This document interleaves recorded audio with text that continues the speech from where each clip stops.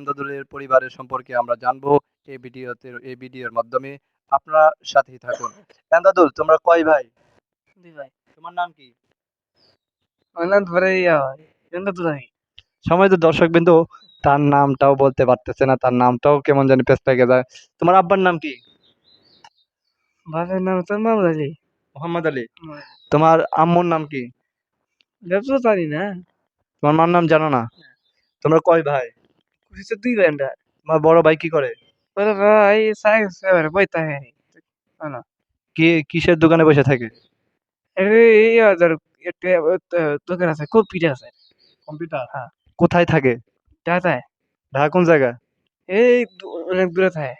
অনেক দূরে থাকে। হ্যাঁ সম্মানিত দর্শকবৃন্দ, আপনারা দেখতে পাচ্ছেন সে কতটুকু সহজ সরল, এ, একেবারেই সহজ সরল গ্রামের একটি ছেলে।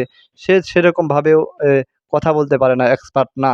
আমরা তার কাছ থেকে যেমনটা জানতে পারলাম, তার পরিবারে তার মার কথাটাও, মার নামটাও সে বলতে পারতেছে না। তা তোমার নাম কি বলতে পারবা? আনন্দ কইছি। কি কইছি তো। কি বলছো? আমার নাম তো এমদা দুলাই।